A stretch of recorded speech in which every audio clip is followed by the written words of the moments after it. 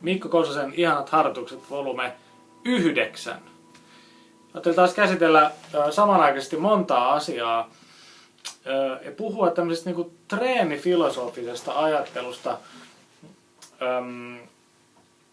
Jengi tulee joskus kysymään, että onko sulla jotain hyvää treeniä siihen ja siihen. Mä jotenkin ikinä osaa vastata mitään. Ja se johtuu ehkä siitä, että mä kehittelen koko ajan uusia treenejä. Mä koko ajan niinku kehitän yhden treenin pohjalta aina jotain muita treenejä. Mä yritän laajentaa niitä treenejä mahdollisimman paljon. Mä ajattelin tästä puhua nyt. Ja mä lähden usein semmoisesta ongelmasta, minkä mä huomaan. Esimerkiksi mä joskus huomasin, että mulla on tosi vaikea kontrolloida nimetöntä ja pikkurilliä samaan aikaan. Näiden niin kuin kahden yhteistoiminta on useimmille meistä vähän hankalaa. Mä rupesin sitä niin kuin erikseen miettimään, että miten mä voisin kehittää näiden voimaa ja semmoista niin kuin koordinaatioa. Tietenkin alusta mä rupesin soittaa niitä vaan ihan tälleen peräkkäin, vaan niin kuin... No ensinnäkään toi ei ole niin kuin maailman siistävän kuuloinen treeni. Ja sit tossa ei tule myöskään kaikki ne ongelmat vastaan, koska usein ne ongelmat tulee vastaan silloin, kun joudutaan jossain tilanteessa soittaa niitä. Ja se on harvoin sitten tämmöinen staattinen tilanne. No sit mä menin semmoseen vaihtariin, että mä rupean vaihtaa vaikka kieliä. Eli mä soitan niinku...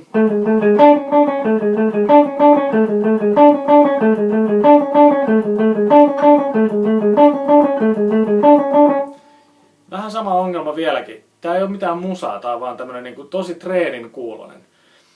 No mä vielä vähän aikaa taistelin. Mä kokeilin, että mitä jos mä vähän string skippailen, että minkä sellainen siitä tulee. Mä soitan niinku...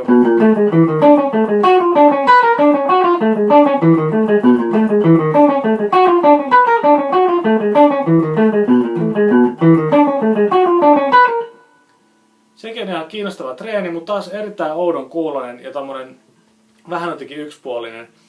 Ja sitten mä keksin, että kun tähän voisi tavallaan ajatella sillä tavalla, että toi pikkurilli on niin se itse sävel, ja sitten on tämmönen johtosävel, toi nimetön sille. Eli mä voin soittaa oikeastaan mitä vaan.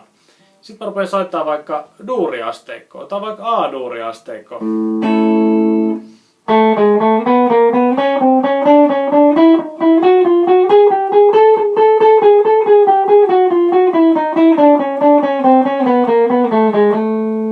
Noniin, nyt alkaa muistuttaa musiikkia erehdyttävästi. Ja nyt sitten erilaisia kuvioita, ja koko ajan mä käytän vaan nimetön tää pikkurilli, eli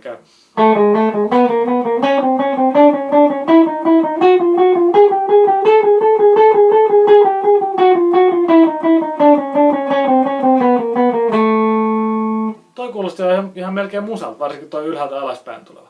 No, ja mitä jos mä vähän kehittäisin samalla mun kaulatuntemusta, vaikka sillä tavalla, että mä hyppäänkin aina yhden yli. Että mä hyppään niin kuin terssin päähän ja yksi alas. Että mä teinkin tämmösen sekvenssin siitä.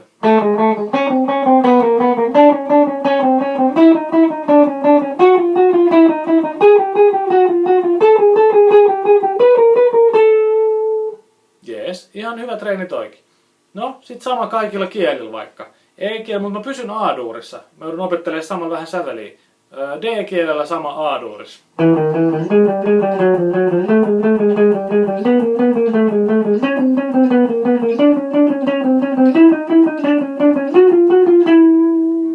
Esimerkiksi noin. Sitten mä voisin, mun ei pakko soittaa välttämättä, mä voisin soittaa vaikka pentatoonisenkin skaalan. Pysytään A:ssa. A-molli pentatooninen skaala, mutta mä soitakin sen H-kielellä. Ja koko ajan vaan nimettömällä pikkurille silleen, että skaalan sävelet tulee pikkurille ja johtosävel tulee aina tuossa alempaa.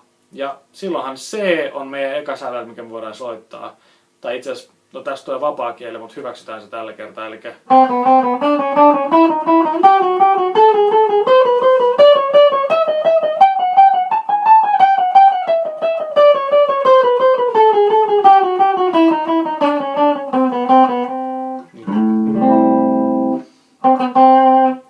Siitä voi tulla hyvän kuulosta matskua siitä. Vähän kummallisen kuulonen tolleen, mutta mä luulen, että jossain tilanteessa, jazzimässä tilanteessa, voisi toimiikin.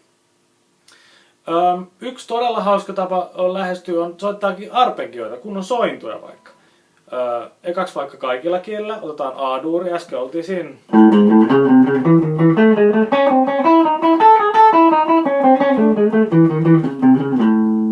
Esimerkiksi tolleen, tai joku toinen sormitus.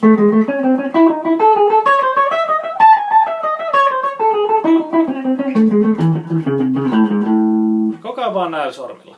Ja mä treenaan koko ajan 100 samaa juttua samaan aikaan, mutta silti mun pikkurilli ja nimetön on koko ajan tässä eniten hommissa. No jossain vaiheessa mä sitten tajusin, että tää on vain yksi tapa vetää näillä, koska luonnollisesti aika harvoin pelkästään näillä sormilla soitetaan.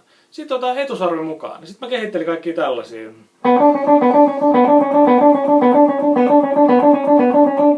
Torpas tulee aika nopeasti tylsäksi. No mitä jos mä rupeankin vaihtamaan tuota säveltä, mikä on toi etusormen sävel?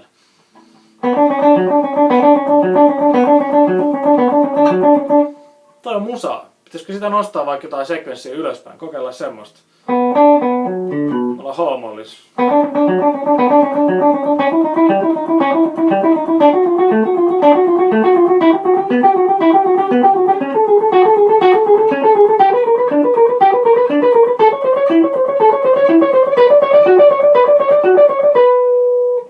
Kyllä, rupeaa olemaan musaa.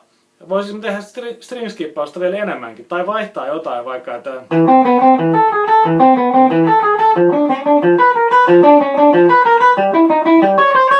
Oha.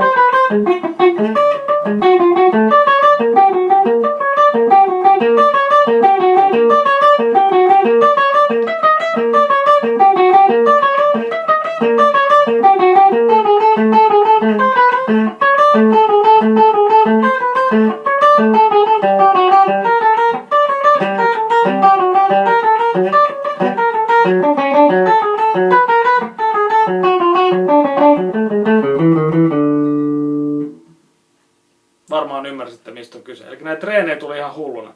Tää ihan vika juttu, minkä mä soitin, niin se tuli tässä lennosta. Mä oon aika fiiliksissäni. Eli mä lopetan ja mä rupean treenaamaan tätä. Kiitos. Hei hei!